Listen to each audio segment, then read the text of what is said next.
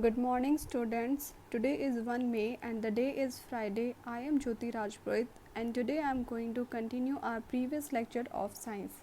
So let's start with the first topic.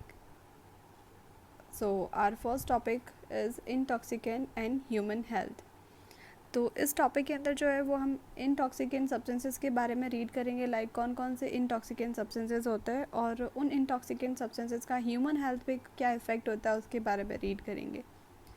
So many people start using narcotic substances for the illusion of pleasure, but slowly that people gets addicted to these substances. मतलब कि बहुत सारे लोग होते हैं जो intoxicant substances का use करते हैं for the illusion of pleasure, अपनी हैप्पीनेस के लिए, और पर धीरे धीरे क्या होता है वो जो पीपल है वो उनके एडिक्टेड होने लगता है, यानी कि उनको उस चीज़ों की आदत होने लगती है. Every intoxicant has its harmful side effect on human body and make the person a permanent patient. यानी कि धीरे धीरे इन सब्सटेंसेस की एडिक्शन से जो है उस इंटॉक्सिकेंट सब्सटेंस है, यानी कि टॉक्सिक वर्ड आया है, मीन्स कैसा है, पॉइजनस है, हार्मफुल है, तो ये सारे इंटॉक्सिकेंट सब्सटेंसेस का होता है वो ह्यूमन बॉडी पे हार्मफुल साइड इफ़ेक्ट्स होते हैं. उसके बाद में धीरे धीरे जो पर्सन इसको इंटेक करता रहता है वो साथ में ही एक धीरे धीरे बीमार होने लगता है और एक परमानेंट पेशेंट बन जाता है. तो यहाँ पे जो है वो हम कुछ इंटॉक्सिकेंट सब्सटेंसेस के बारे में और उनका ह्यूमन बॉडी के ऊपर कौन से हार्मफुल साइड इफ़ेक्ट होते हैं उनको लेकर रीड करेंगे या उनके बारे में स्टडी करेंगे. तो फर्स्ट वन इज़ गुटखा. अब गुटखा के अंदर जो है वो सबसे पहले हम पढ़ेंगे कि गुटखा जो है उसके अंदर कौन कौन से इंग्रेडिएंट्स यूज़ किए जाते हैं उसको बनाने के लिए. So it is prepared from betel nut pieces, kattha, lime, synthetic sand and thin metal sheets. Tobacco is also mixed in some gutkha. यानी कि गुटखा के अंदर सबसे पहले हमने इंग्रेडिएंट्स को इंट्रोड्यूस कर दिया कि कौन कौन से इंग्रेडिएंट्स से जो है वो गुटखा को बनाया जाता है. तो मैंने यहाँ लिखा है लाइक बीटल नट पीसेस, कत्था, लाइम, सिंथेटिक सैंड, सुगंध के लिए क्या चीज़ें यूज़ की जाती है वो मिला सिंथेटिक सैंड बोलते हैं उसे, और इन सब चीज़ों को मिलाकर जो है ये सारी इंग्रेडिएंट्स को यूज़ करके गुटखा बनाया जाता है. Use of gutkha not only causes economic loss but also harms physically. तो इससे इकोनॉमिकली और फिजिकली दोनों ही टाइप के लॉसेस को जो है वो फेस करना पड़ता है. तो इसमें सबसे पहले एक क्वेश्चन आता है कि सब म्यूकस फाइब्रोसिस. तो इसमें ये इंपॉर्टेंट क्वेश्चन है. ये क्वेश्चन काफ़ी टाइप से पूछा जाता है, like what do you mean by submucous fibrosis, define submucous fibrosis disease, और what are the symptoms of submucous fibrosis disease, या ऐसे भी पूछ सकते हैं what are the cause of submucous fibrosis. तो ये आपको याद रखना है कि जो सब म्यूकस फाइब्रोसिस नाम का डिजीज़ होता है वो गुटखा की वजह से होता है. तो एक कॉज है उसका, वो आपको याद रखना है कि गुटखा इंटेक की वजह से ये होता है. और उसी के साथ में जो है उसके सिम्टम्स, अगर आपको पूछ ले कि इसमें होता क्या है या इसके सिम्टम्स क्या है, तो ये आपको याद रखना है कि muscles of jaws become hard and the jaws will not open properly. This is due to a disease called submucous fibrosis. यानी कि इस डिजीज़ के अंदर जो जॉज होता है, जो माउथ के अंदर हमारे टिथ होता है, जो जिस बोन के अंदर फिट होता है उन्हें हम बोलते हैं जॉज. तो वो जो माउथ के अंदर जो जॉज होता है वो हार्ड हो जाता है और धीरे धीरे जो माउथ होता है वो जॉज प्रॉपरली ओपन नहीं करता, यानी जो मुंह है वो कम खुलता है. तो उसी को हम ये बीमारी बोलते हैं submucous fibrosis. Synthetic products present in gutkha contains many carcinogenic substances. यानी कार्सिनोजेनिक सब्सटेंसेज क्या होता है, जिससे कैंसर होता है. कैंसर होने वाले प्रोडक्ट्स को हम बोलते हैं कार्सिनोजेनिक सब्सटेंसेज. सेकेंड टॉपिक और second intoxicant substance is tobacco. It is obtain from the leaves of plant Nicotiana tabacum. तो ये जो है इटैलिक लेटर्स के अंदर जो मैंने लिखा है, बोल्ड लेटर्स के अंदर निकोटीना टबैकम, ये एक साइंटिफिक जो नेम होता है प्लांट का उसके बारे में. जैसे पी का साइंटिफिक नेम जो होता है प्लांट का वो होता है पाइसम सटाइवम, तो वैसे आपको याद रखना है कि टोबैको का जो है वो साइंटिफिक नेम क्या है प्लांट का, वो क्वेश्चन पूछा जा सकता है. तो इसीलिए इसको बोल्ड लेटर में भी लिखा है और आप भी इसको याद रखना कि निकोटीना टबैकम जो होता है वो एक साइंटिफिक जो है नाम है या साइंटिफिक नेम है प्लांट का, ये याद रखना है. Which belongs to the family of Solanaceae. Solanaceae का मतलब होता है फैमिली ऑफ फ्लावरिंग प्लांट, यानी कि ये प्लांट होता है जिसके ऊपर फ्लावर्स होता है, तो हम उसको बोलते हैं कि ये किससे बिलोंग करता है. They are belonging from a family of flowering plant. So अब यहाँ पे ये बताया कि इसका जो लीव्स है, ठीक है, वो क्या कंटेन करता है. तो यहाँ आपने लिखा है leaves contain 1 to 8% of alkaloid name nicotine. Majority of people chew it with paan gutkha, some inhale its powder, it is used in bidi, cigarette, cigar, chillum, hookahs etcetera. यानी कि काफ़ी सारे जो लोग हैं वो उसको पान के साथ में या गुटखा के साथ में जो है उसको च्यू करते हैं यानी चबाते हैं, और कुछ लोग जो है इसे पाउडर फॉर्म में इनहेल करते हैं, और साथ में कुछ लोग जो है उसे बीड़ी और सिगरेट, सिगार, चिल्लम इस टाइप से इसका यूज़ करते हैं टॉबैको का। अब आता है लॉसेस ऑफ टॉबैको, यानी कि इसको मतलब लेने से या इसका यूज़ करने से क्या क्या लॉसेस हो सकते हैं उसके बारे में रीड करेंगे। So the first one is chances of mouth, tongue and throat cancer increases. तो टॉबैको के यूज से जो है वो माउथ, टंग और थ्रोट कैंसर के चांसेस जो होते हैं वो बढ़ जाते हैं। Nicotine thickens the walls of arteries due to which blood pressure and heart beat increases. तो आर्टरीज क्या होती है, जो हमारी बॉडी के अंदर जो है ये ब्लड ट्यूबल्स होते हैं, ठीक है, जो ब्लड को सप्लाई करने का काम करते हैं फुल बॉडी के अंदर। तो जो आर्टरीज होगी उसकी वॉल को जो निकोटिन होता है, ठीक है, वो क्या करता है, थिक कर देता है यानी मोटी बना देता है। उसकी वजह से जो है वो हार्ट को पंपिंग करने में यानी हार्ट को ब्लड सप्लाई करने के अंदर प्रॉब्लम आती है, जिसकी वजह से ब्लड प्रेशर इंक्रीज़ होता है, हाई ब्लड प्रेशर की प्रॉब्लम होती है, हार्ट बीट इंक्रीज़ हो जाती है। Rate of Embraer development slows down if it is use by pregnant women. यानी कि कोई प्रेग्नेंट लेडी है या प्रेग्नेंट वुमेन है, वो इसको यूज़ कर रही है, तो उसकी वजह से जो एम्ब्रायर डेवलपमेंट होगा यानी उसका जो बच्चा होगा उसका जो रेट होगा डेवलपमेंट का वो स्लो हो जाता है।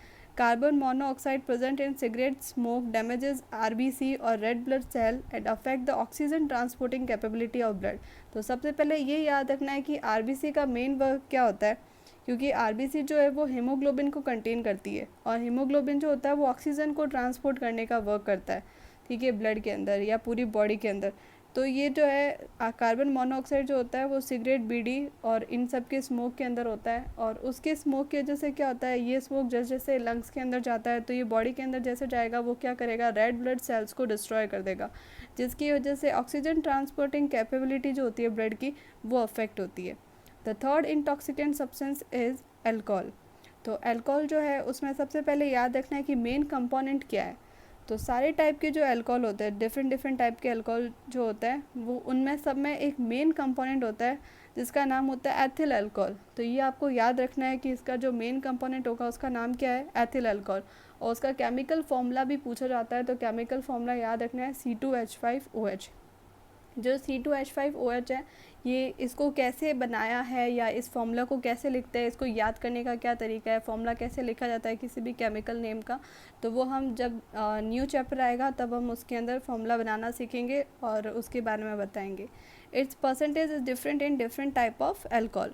तो जो एथिल अल्कोहल का परसेंटेज है वो अलग अलग अल्कोहल में जो है अलग अलग रखा जाता है, उसी की परसेंटेज बेस पर जो है वो डिफरेंट टाइप के अल्कोहल का मैन्युफैक्चरिंग होता है। अब आता है अल्कोहल के हार्मफुल साइड इफ़ेक्ट्स क्या होते हैं, यानी अल्कोहल जो अगर इंटेक कर रहा है, कंजप्शन कर रहा है, उसके हार्मफुल साइड इफ़ेक्ट कौन से होंगे। It causes fatty liver disease which has an effect on synthesis of protein and carbohydrate. Due to its use, the economic condition of a person falls and it also hurt the person's social status. यानी कि alcohol के use से क्या होगा, जो person का social status होगा वो भी फॉल करता है, यानी वो भी गिरता है, और साथ में उसको इकोनॉमिक लॉस भी या उसकी इकोनॉमिक कंडीशन जो है वो भी गिरती है। जो नेक्स्ट है हार्मफुल साइड इफ़ेक्ट वो है it reduces memory power affect the nervous system. यानी कि जो अल्कोहल कंजप्शन करता है उसका जो मेमोरी पावर होता है यानी उसकी जो याद रखने की कैपेसिटी होती है वो भी धीरे धीरे कम होने लगती है, उसका नर्वस सिस्टम भी अफेक्ट होता है। Control and coordination of body is affected. यानी अल्कोहल कंजप्शन के बाद में जो इंसान है वो चल नहीं पाता है, ठीक है, अच्छे से चल नहीं सकता है, उसका कंट्रोल और कोऑर्डिनेशन जो होता है बॉडी का, क्या काम कर रहा है, क्या उठा रहा है, ठीक है, हाथ पाँव अच्छे से वर्क नहीं करते हैं, तो कंट्रोल एंड कोऑर्डिनेशन जो होता है वो बॉडी का वो अफेक्ट होता है। It reduces work efficiency, probability of accident also increases. यानी ड्रिंक एंड ड्राइव के बहुत सारे केस हो रहे हैं, ठीक है, तो वो किसकी वजह से होता है, सबसे पहले अल्कोहल की वजह से होता है। तो इसमें प्रोबेबिलिटी ऑफ एक्सीडेंट बढ़ जाते हैं, और साथ में वर्क की एफिशिएंसी जो होती है, जो इंसान काम करता है उसका वर्क एफिशिएंसी जो होता है वो बहुत ही ज़्यादा घट जाता है, और या फिर वर्क एफिशिएंसी बिल्कुल ही डिस्ट्रॉय हो जाती है। Liver converts excess alcohol into acetaldehyde which is poisonous. तो लीवर जो होता है वो एक्सेस अल्कोहल को एसिटाल्डिहाइड नाम का एक केमिकल होता है उसमें कन्वर्ट कर देता है, ठीक है, जो हमारी बॉडी के लिए बहुत ही पॉइजनस सब्सटेंस होता है। Next intoxicant substance is opium. Opium का सबसे पहले आपको याद रखना है कि प्लांट का साइंटिफिक नेम क्या है। तो इस प्लांट का साइंटिफिक नेम जो है वो है पेपेवर सोमनीफेरम। तो आपको याद रखना है सबसे पहले पेपेवर सोमनीफेरम। कई बार पूछा जाता है कि what is the scientific name of opium plant, तो आपको याद रखना है that is पेपेवर somniferum. It is dried latex. अब आता है लैटेक्स क्या होता है। तो कई बार आपने अगर कुछ प्लांट्स होता है उसके अगर कोई भी पार्ट को आपने प्लग किया, लाइक फ्लावर पार्ट को या लीव पार्ट को, तो आप ये देखते हो कि लीव्स को प्लग करने पर या फ्लावर को प्लग करने पर क्या होता है कि कुछ वाइट लिक्विड सब्सटेंस आपको दिखता है, मिल्क जैसा। तो जो वो वाइट लिक्विड होता है, ठीक है, उसी को हम क्या बोलते हैं, लेटेक्स। ठीक है, तो ये ओपियम जो है वो उसी से मिलकर बना होता है, यानी उसी का होता है। तो ये पेपेवर सोमनीफेरम जो होता है उस प्लांट के वाइट जो लिक्विड होता है उसको सुखाकर बनाया जाता है। So it is dried latex obtained from the opium's capsule. The latex contains about 30 type of alkaloids, among them morphine, codeine, nicotine, somniferin and papaverine are main। तो अब आपको ये सबसे पहले पूछा जाता है कि कितने टाइप के अल्कलॉइड्स होते हैं ओपियम के अंदर। ठीक है, तो ये आपको याद रखना है कि ओपियम के लेटेक्स के अंदर जो होता है, यानी कि उसके अंदर जो वाइट लिक्विड होता है, ठीक है, उसी को हम बोलते हैं लेटेक्स। तो ओपियम के लेटेक्स के अंदर 30 टाइप के अल्कलॉइड्स होते हैं, जिसमें से कुछ मेन के नाम आपको याद रखना है। पहले तो ये याद रखना है, डिजिट याद रखना है कि 30 type of alkaloids present in that, और साथ में उनमें से कुछ मेन है उनका नाम याद रखना है, लाइक मॉर्फिन, कॉडिन, निकोटिन, सोमनीफेरिन एंड पेपेवरिन। अब आता है इनका यूज़ क्यों किया जाता है, इसको कल्टीवेट क्यों किया जाता है ओपियम को। यहाँ पे हमने कुछ यूजेस भी लिखे हैं और जो लोग इसका गलत काम में यूज़ करें उसको भी हमने बताया। Like morphine and codeine are use to make pain killer medicine. तो जो भी कोई पेन किलर मेडिसिन होती है उसमें मॉर्फिन एंड कॉडिन को यूज़ करके इसको पेन किलर मेडिसिन को बनाया जाता है। Second point is many people use opium and its toxic product to get the feeling of peace and happiness. तो काफ़ी सारे लोग जो होते हैं वो ओपियम को, ये एक टॉक्सिक प्रोडक्ट है, ठीक है, और इससे बहुत सारे टॉक्सिक यानी कि और भी पॉइजनस प्रोडक्ट जो है वो ओपियम से मिलकर बनते हैं। तो उसको जो है वो लोग यूज़ करते हैं अपनी खुशी के लिए, उनको उससे नशा होता है तो वो उसको अपनी फीलिंग ऑफ पीस और हैप्पीनेस के लिए यूज़ करते हैं। Offering opium is a common custom in rural areas. तो जो रूरल एरियाज़ होते हैं, लाइक जो गांव वाले जो एरिया है उसके अंदर ऑफ़र किया जाता है ओपियम को। ऑफ़र मतलब उनको जैसे कोई बोलता है कि सभा वगैरह रखी है, तो शादी में हो गया, खुशी के मौके पे है, या किसी की डेथ वगैरह हो गई है, तो दुख के मौके पर भी क्या होता है, ये एक कॉमन कस्टम होता है रूरल का, यानी कि लोगों का जो है, गांव के लोगों का एक कॉमन कस्टम बन गया है कि वो ओपियम को ऑफ़र करते हैं उसमें। ये कई रिलीजन भी होते हैं या कई कास्ट में भी ऐसा देखा होगा आपने कभी शादी वादी में, या कहीं, ज़्यादातर ये रूरल एरियाज़ के अंदर होता है। Many mothers in rural areas give opium to their small children for sleeping. तो गांव में जो लेडीज़ होती है, जो उनको अगर काम पे जाना है, फील्ड पे जाना है, तो वो क्या करती है कि उनके छोटे बच्चे होते हैं तो उनको सोने के लिए जो है वो कुछ स्मॉल क्वांटिटी के अंदर जो है वो ओपियम को दे देते हैं। तो उससे क्या होता है कि उस बच्चे को नींद आ जाती है। जनरली हम जो है वो पेन किलर मेडिसिन लेते हैं, और पेन किलर मेडिसिन लो चाहे आप इंजेक्शन लो, तो उससे क्या होता है, नींद आती है। तो ये कुछ जो मदर्स होती है रूरल एरियाज़ की, वो ओपियम को देती है अपने छोटे बच्चों को, ताकि वो इजीली सो जाए और जो वो काम कर सके फील्ड पे।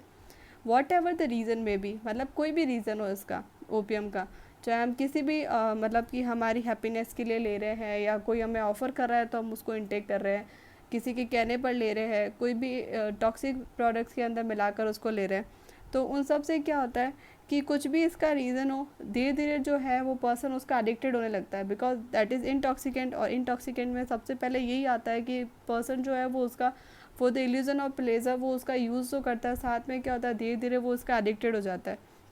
तो यहाँ लिखा हुआ है what ever the reason may be use of opium makes a person addicted, कि जो भी रीज़न हो, ठीक है, ओपियम को इंटेक करने का, लेकिन धीरे धीरे क्या होता है जो पर्सन इसको लेता है, उसका बार बार यूज़ कर रहा है, वो उसका एडिक्टेड हो जाता है, उसको उसकी आदत हो जाती है। A person continues to remain sick because of its decrease immunity power, ultimately the person dies untimely.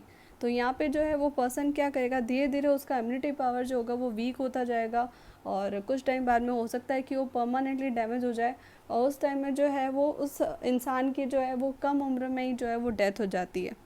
अब यहाँ पे जो है वो अदर इंटॉक्सिकेंट सब्सटेंसेस, यानी कि कुछ जो इंटॉक्सिकेंट सब्सटेंसेस है जिनको हमें रीड नहीं करना है, जो 4 इंटॉक्सिकेंट सब्सटेंसेस जो इंपॉर्टेंट थे उनके बारे में हमने पढ़ लिया है। इसमें सिर्फ उनके नाम को इंट्रोड्यूस किया गया है, like cocaine, cannabis, charas, hemp, hashish, LSD etcetera are intoxicant. तो ये भी सारे भी है जो इंटॉक्सिकेंट्स आते हैं। इनके अलावा भी काफ़ी सारे इंटॉक्सिकेंट्स होते हैं। Distance from family, increase criminal tendency, physical and mental weakness are harmful side effects of using these product. तो यहाँ पे इसमें बताया कि इन प्रोडक्ट्स के यूज़ से काफ़ी सारे हार्मफुल साइड इफेक्ट्स होते हैं। फिजिकल और मेंटल वीकनेस तो होती है, साथ में जो है बच्चों की क्रिमिनल टेंडेंसी यानी लोगों की क्रिमिनल टेंडेंसी बढ़ जाती है, क्योंकि ये इंटॉक्सिकेंट सब्सटेंसेस महंगे भी होते हैं, ठीक है, कॉस्टली होंगे। तो सबसे पहले क्या करेंगे, इतना पैसा कहाँ से लाएंगे, तो चोरी करना और ये सारी क्रिमिनल टेंडेंसी बढ़ जाती है।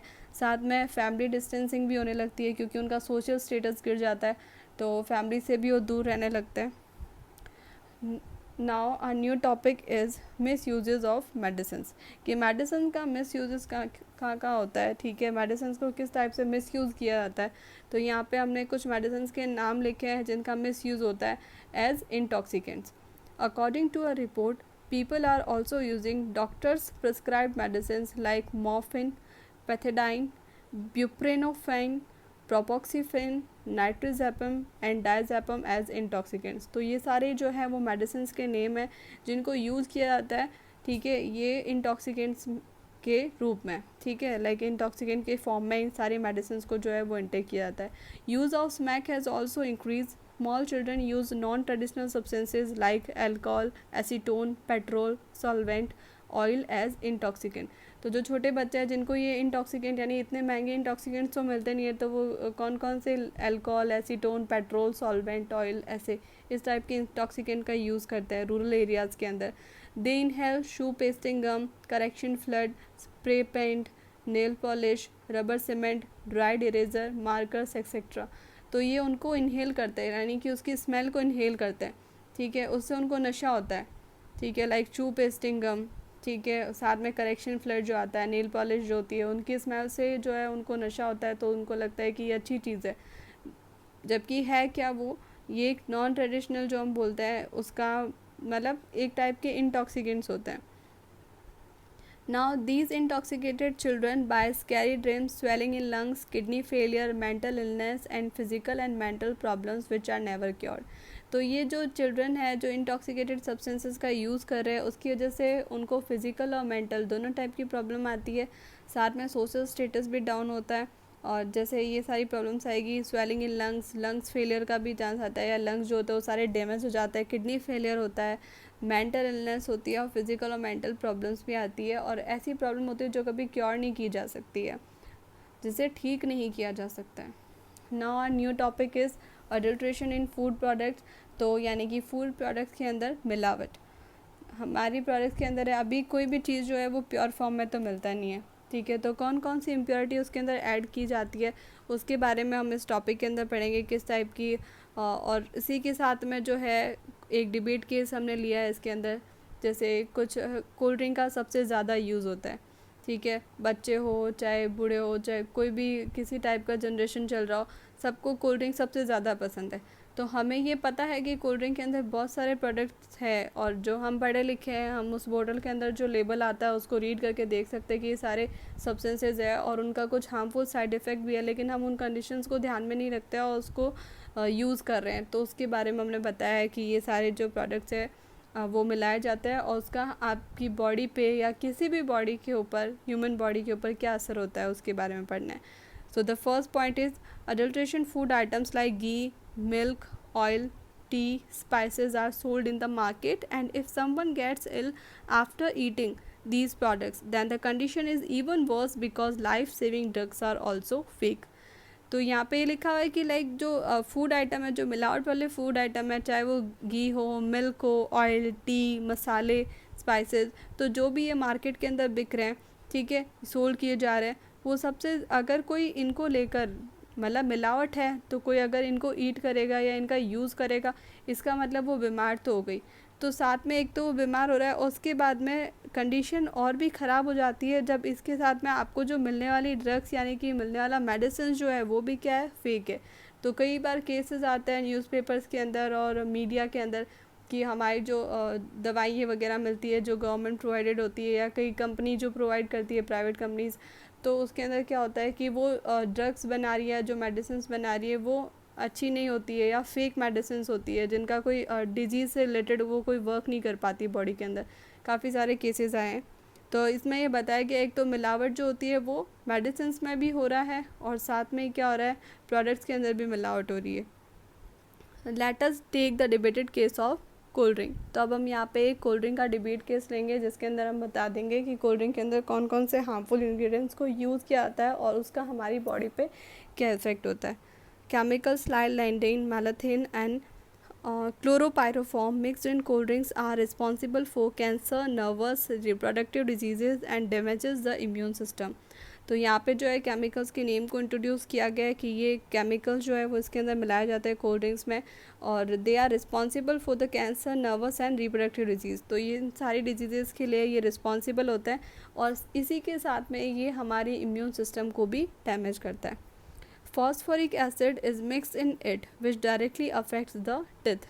तो यहाँ पे जो इसमें बताया गया है कि एक फॉस्फोरिक एसिड होता है, ठीक है, जो हमारे टिथ को डायरेक्टली अफेक्ट करता है।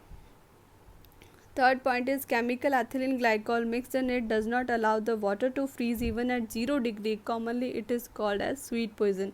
तो कई बार पूछा जाता है व्हाट इज़ स्वीट पॉइजन, अगर इन बिटवीन क्वेश्चंस आते हैं तो इसमें ये पता होना चाहिए कि जो एथिलीन ग्लाइकॉल होता है उसको हम स्वीट पॉइजन बोलते हैं, और इसका वर्क क्या होता है, ये वाटर को 0 डिग्री पे भी फ्रीज़ नहीं होने देता है, ठीक है, मतलब जमने नहीं देता है, इसलिए हम इसे क्या कहते हैं, स्वीट पॉइजन। ये भी इसकी कोल्ड ड्रिंक के अंदर मिलाया जाता है। Boric, erythorbic and benzoic acid increases the acidity of cold drinks. तो ये तीनों जो एसिड है ये कलेक्टिवली जो है वो कोल्ड ड्रिंक की एसिडिटी को बढ़ाते हैं, which causes burn in stomach, indigestion, sensation in brain, irritability etcetera. तो इन सब की वजह से जो है स्टमक के अंदर बर्निंग सेंसेशन फील होता है, इनडाइजेशन यानी डाइजेशन प्रॉपरली नहीं होता है, इरिटेबिलिटी यानी कि इंसान जो है वो इरिटेशन फील करने लगता है, and it also hinders the development of bones, और ये साथ में ही जो है बोन्स के डेवलपमेंट को भी रोकता है। 0.4 ppm या ppm पार्ट पर मिलियन, या ये जो लेड की क्वांटिटी होती है उसको डिफ़ाइन किया गया है कि इतना 0.4 जो है वो लेड मिलाया जाता है, और लेड जो है वो मैगी के अंदर भी मिलाया जा रहा था, जिसकी वजह से मैगी को जो है वो बैन कर दिया था गवर्नमेंट ने उसकी सप्लाई को, लेकिन अभी वापस उसको बोला गया है कि नहीं, अब जो लेड है वो नहीं मिला रहे मैगी के अंदर, उसको जो है वापस इंट्रोड्यूस किया गया मार्केट के अंदर। तो ये जो लेड है वो कोल्ड ड्रिंक के अंदर भी मिलाया जाता है, और लेड एक बहुत ही ज़्यादा हार्मफुल सब्सटेंस है बॉडी के लिए, ये अफेक्ट करता है हमारे ब्रेन को, लीवर को और मसल्स को। Caffeine mixed in it causes insomnia and headache. तो इंसोम्निया क्या होता है, इंसोम्निया का मीन्स होता है स्लीपलेसनेस, और you can say sleep disorder in which people have trouble in sleeping. तो इसके अंदर हम स्लीप डिसऑर्डर यानी कि नींद नहीं आती है जो पीपल है उसको, या जो पर्सन है उसको जो है स्लीपिंग डिसऑर्डर कह सकते हैं हम इस बीमारी को। तो ये जो कैफ़ीन होता है कोल्ड ड्रिंक के अंदर, उसकी वजह से कैफ़ीन की क्वांटिटी और ये सब लिखा हुआ होता है, तो उस कैफ़ीन से क्या होता है, स्लीपिंग डिसऑर्डर भी होता है, और साथ में हेडेक की प्रॉब्लम भी होती है। अब जो है वो हम कॉमन, यहाँ तक तो हमारा डिबेट केस हो गया कोल्ड ड्रिंक के अंदर कि कोल्ड ड्रिंक के अंदर कौन कौन से हार्मफुल इंग्रेडिएंट्स होते हैं और उनका क्या साइड इफ़ेक्ट होता है बॉडी पर। अब जो है वो कौन से कुछ प्रोडक्ट्स के बारे में मैंने एग्जांपल लिया है कि किसके अंदर कौन सी मिलावट की जाती है, तो उसके बारे में मैंने यहाँ लिखा है, it is common practice to mix vegetable ghee in native ghee, brick powder in chilli powder, lead chromate in yellow soil in turmeric, sulphur in chilli and coriander, papaya seeds are mixed in black pepper. अब यहाँ पे आता है ये सारी मिलावट हो गई, और साथ में अब हम इसके बारे में और पढ़ेंगे, जैसे केमिकल इंजेक्शंस होते हैं तो वो डाले जाते हैं, केमिकल इंजेक्शन लगाया जाता है फ्रूट और वेजिटेबल्स को, ताकि उनका जो कलर है या उनकी जो शाइन है बिल्कुल फ्रेशनेस दिखे, वो फ्रेश दिखे। तो उसको केमिकल इंजेक्शन के थ्रू जो होता है वो उनको पहले ही पका दिया जाता है, कलर बिल्कुल आपको बाहर से लाइक मैंगो है तो एकदम येलो, बनाना है तो येलो कलर है, ऑरेंज है तो बिल्कुल ऑरेंज कलर का दिखेगा, तो इस टाइप से जो है उनके कलर बिल्कुल फ्रेश दिखते हैं और बहुत शाइन करते हैं। तो वो एक्चुअल में पके नहीं होते हैं, वो फ्रूट जो है वो नेचुरली जैसे पकना चाहिए या मैच्योर होना चाहिए वैसे नहीं होता है, उसको क्या किया जाता है, इंजेक्शन के थ्रू जो है उसका कलर ब्राइट कर दिया जाता है। तो यहाँ लिखा गया है chemical injection for bringing bright colour in fruits and vegetables, lead and copper solution is spread for fresh appearance and silver nitrate is spread on cauliflower for whitish colour. तो यहाँ पे ये कुछ सॉल्यूशन बताया गया है, जैसे लेड और कॉपर का सॉल्यूशन होता है जो स्प्रे किया जाता है ताकि उनका अपीयरेंस जो वो वेजिटेबल और फ्रूट का अपीयरेंस कैसा लगे, बिल्कुल फ्रेश लगे कि एकदम फ्रेश फ्रूट्स एंड वेजिटेबल्स है। और साथ में सिल्वर नाइट्रेट का स्प्रे किया जाता है कॉलीफ्लावर पे, जो वाइटिश कलर प्रोवाइड करता है, जिससे हमें लगता है कि एकदम वाइट है, वाइट कॉलीफ्लावर है, इसका मतलब बहुत हेल्दी सा है। वो उसके ऊपर स्प्रे करके उसको जो है वो अच्छा बनाया जाता है। With reference to safe food, the main law in India is prevention if food food adulteration act of 1954। इसके अंदर जो है वो फूड अडल्ट्रेशन एक्ट बनाया था 1954 के अंदर, जिसके अंदर 65 यानी 65th लॉ जो है, in the rule 65 of this law regulates the adulteration of insecticide and adulteration in food products. यानी कि इसके अंदर इंसेक्टिसाइड की एग्रीकल्चर लैंड में आपको कितना इंसेक्टिसाइड प्रोवाइड करना है वो भी बताया गया है, कितनी मिलावट होनी चाहिए, फूड प्रोडक्ट्स के अंदर कितनी मिलावट होनी चाहिए, उन सब के बारे में इस लॉ में बताया गया है। If the government is really determined to stop adulteration, then the requirement is just a solid policy and the proper implementation of it। यानी कि अगर गवर्नमेंट चाहती है, किसी भी कंट्री का गवर्नमेंट चाहता है कि वहाँ पे जो प्रोडक्ट्स है उसके अंदर मिलावट नहीं हो, तो सिर्फ और सिर्फ क्या रिक्वायरमेंट है, एक सॉलिड पॉलिसी की और साथ में उसकी प्रॉपर इम्प्लीमेंटेशन की ज़रूरत है। So, with the end of this topic here, your chapter first is also finished. In the next video, we will start a new chapter.